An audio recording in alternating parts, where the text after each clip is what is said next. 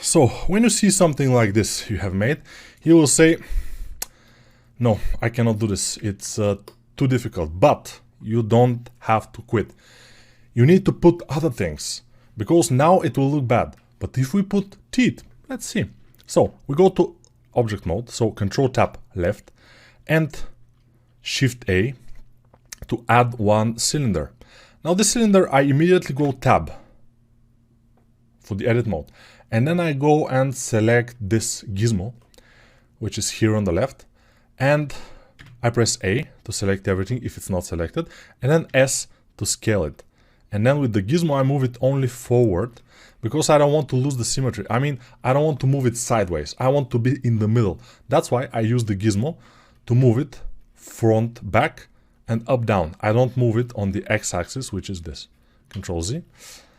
Now, I scale it on the z-axis, which is with the blue kind of a squarish thing here. And then I scale it down with S. Because S is scaling down everything. And only blue or green is scaling only on this axis.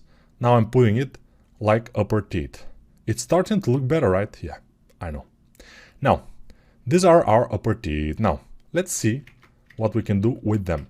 They're looking bad, but we can fix it by just going symmetry. And then we need to put more polygons. So how to do this? Press R, increase, and when we are happy, every square of this net, it will be of this grid, it will be, the polygon will be this size, the polygons. So I think this will be good for now. So I'll press and Control R, and now we have those teeth. Now I need symmetry. So I will put a middle point here, which will be the middle of the teeth.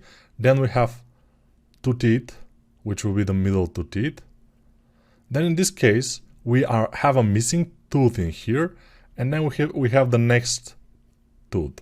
But we have to disable our symmetry, which I'm not ready to do so. So this missing tooth that we have, we will do it later. I mean, we don't have to do it quite right now. It's not necessary. But later we will do it definitely. So now I need just to make those teeth. So the teeth usually are kind of flat in the bottom, but in the top they are very round, like arches. So that's what I'm doing here. So you see, now it's looking a little bit better. Be careful with the lips, with the upper lip, because the shape of the upper lip here is very awkward, but it's not like I've done it here. It's not that curvy. Shouldn't be. It should be more kind of, you know, roundish shape. It shouldn't be like wavy. It should be more logical, you know. Everything is logical, but you have to know the logic. In this case, the logic is difficult to understand because it's a very unusual shape of the face. Okay, now, if you want, if you think it will be easier for you or something will look better, you can do neutral face like this. It will still be completely okay. I will even use this to do the nose because I like how the nose is going here. So I will just, you know, you see how this is wider. So this is where the skull ends and then begins no bone, but I don't remember exactly how was this called of the nose, but yeah, it begins from this point. So this is kind of wide and then it goes narrower until it gets to this point where it goes again a little bit wider. But as you can see, for example, watch my face. Now I'm neutral, it's okay.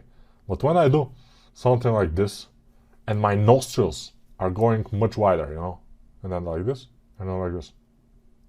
You see the nostrils are going wider, the nose itself is going more up, the distance between the nose and the upper lip is going smaller, and all those things are happening. You see how his distance between his eyes is more than one eye, because it's a stylized character, and his eyes maybe are a little bit smaller than the normal person, and also are a little bit wider apart, which is okay. Next thing, the nose is pretty big, and a little bit long. So let's see here if it's that long. Here it's also kind of long, but probably not that much. But I need this distance between the upper lip and the nose to be a little bit smaller. It will make it look nicer if it's smaller. This distance. The teeth may go, those upper teeth may go up a little bit. And then we will put our lower teeth. How to put the lower teeth, by the way? It's very, very interesting question. But how I do it usually is I go to the upper teeth, I press tab, then I press A to select everything. And if you haven't put too much polygons in here, it should be okay, probably. But if you have a very low level computer, very low level PC, don't go too high on the polygons. And especially if you go too high on the polygons, never go to edit mode. If you go to edit mode, it will start to lag a lot. In my case, it's not a problem at all. But in some cases, it could be. Now I need to duplicate this. And I can do it, by the way, just in object mode, not in this mode. So I will go to object mode with Control Tab and left. And then Shift D usually is duplicating things. But when you press Shift D and you start moving the mouse, it will start moving all over the place. But when I press right click, it will just stay where it was. Now I need to go to Tab and then rotate it. But since we have symmetry on, it will be a problem. I will disable symmetry. Then I will rotate it a little bit like this. And then I will go to rotate just behind me. There is a little kind of thing that appears when you rotate or something. It appears behind me. So here. And when you open it and you press and click and go 180 and then press enter, and you will notice that it's upside down. And then I can move it down and this will be our lower teeth. So in his case, the lower teeth seems to be forward than the upper teeth, but it's not absolutely for sure. But I think this is the case. That's why he looks a little bit more like monkey style, you know. It's interesting, but we'll see. So the upper teeth, I can move them a little bit like this, and the lower teeth, I can move them forward.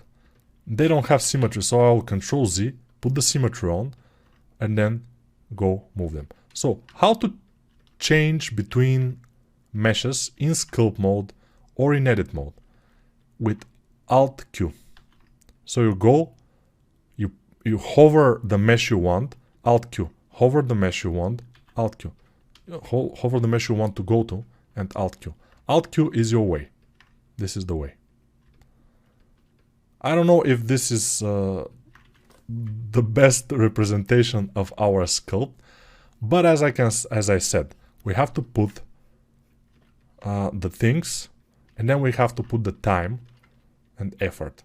It's not gonna work by itself. Now the lower teeth usually, you know, the upper teeth are a little bit wider, especially the front two are a little bit wider than the lower teeth. So the lower teeth, I will make them narrower, especially the front two, and this way they will differentiate themselves. They shouldn't be you know, absolutely the same, because it will be awkward.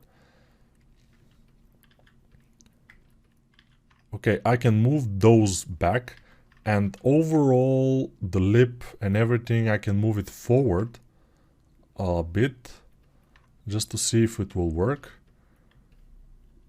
It doesn't look quite perfect, but what I also want to do is make sure this fold here is pretty huge, like this, because it will be.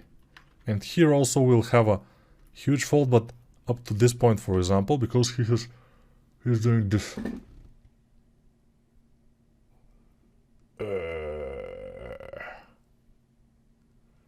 So in this case, maybe even the lower jaw will move a little bit compared to the upper jaw, which will be great, by the way. I saw myself in the camera, so I can do this. Now I will move it. No, I will move it this way, but I will move it in object mode a little bit sideways. It will give us how to say, it will give us a little bit of a interesting dynamic, Because if those teeth are absolutely on top of each other, it will not look as good. I'm disabling the symmetry now and start to just put it into position, because I know that those back teeth, they cannot go like, you know, what I did was, let me show you, with Alt-Z, they're going back and going in, which is not the case. They usually are like a horseshoe, which means that the front part is round, but then in the back, they're going something like this. They're not going like this in. That's why we have to fix them. But in sculpting, we can fix everything. So with Alt-Z, I can notice what's happening and I can just fix it. I don't care to just push back, because then I will remesh again and I will fix and I will draw other teeth. They will not be as visible, because, and that's why I'm not, you know, I'm not afraid to do this. Okay, I need to select this, then Alt-Z, and then move this back a little bit, so it looks more like teeth. Now it's looking a bit better in my opinion, but we have to work more. We have to push this a bit more in here. And we have to basically refine. I told you that I like to put a lot of things and not refining them until the end. But in the case of the face itself, I like to have a pretty good face compared to the concept. I mean, to be like the concept, at least, from the beginning, because it will give me kind of a waypoint to start working and something to look for. Something to look for, to make everything as good as the face. If the face is not in my liking, that's why I'm spending a little bit more time on the face. If the face, I don't like it, if I don't like the face, it will kind of not give me the urge. It will just, I will not be able to continue working on the model that easy. I will be able to probably, but that's why I'm putting more time into the face. And then when the face is kind of okay, I will flatten the nose a little bit here. When the face is starting to look better, then I'm able to continue, and I'm happy to work on the model. It's a big pleasure if you spend a little bit more time working on the face to make it look decent. Then it will be much more pleasurable to look at the model while you work. And you will look at this model for hours. That's why it's important for the face to look decent, at least decent. Maybe even better than decent, but whatever. So I will put a bit of a, let me just go with a symmetry and put a little bit of a, on over the upper eyelid. You usually have this kind of a fat, which is making a little bit of a crease in there, which I'm trying to do now. But in the males, it's kind of flattish sometimes. In the female, it's much more round, but in the male, it will be more flat. But we'll see. It will be there. It will usually be there. So, yeah, I'm trying to achieve it. If I'm gonna remesh again this head, I don't know. Probably. But we'll see. Maybe I need more fat in here or more squeeze in there like this. Right now, I can do just couple of eyes. So go again to object mode, Shift A, mesh, sphere, tab. So always, not always, but mostly when you make a new object, which by the way, I still, after so many years of sculpting, I still am like, oh, I have to put another object, because I like to work with few objects, but you have to learn to put objects in your scene. You need eyes, for example. You have to just go to object mode, make the eye, go to edit mode, scale it with S, not with AS, just with S, and then scale it again, scale it, and make it pretty small. And this will be our eye. And now I will, with G, I will move it and try to put it into position like this. So for the eye itself, usually what I want is, I will put it a little bit more up. What I want is, for this sphere, the center of the sphere to be a little bit more up. I don't want it to be in the center like this. I want it to be a little bit more up. This way, what will happen is the lower eyelid will have to be a little bit more backward than the upper eyelid, which is like the real person, you know. So we are doing this. It's cool. The thickness of the eyelids, I usually recommend to make it bigger, and in traditional sculpting they also recommend the thickness of the eyes to be thicker than the real world. Almost twice. Because this way it will make a nicer shadow there, and overall it will be nicer.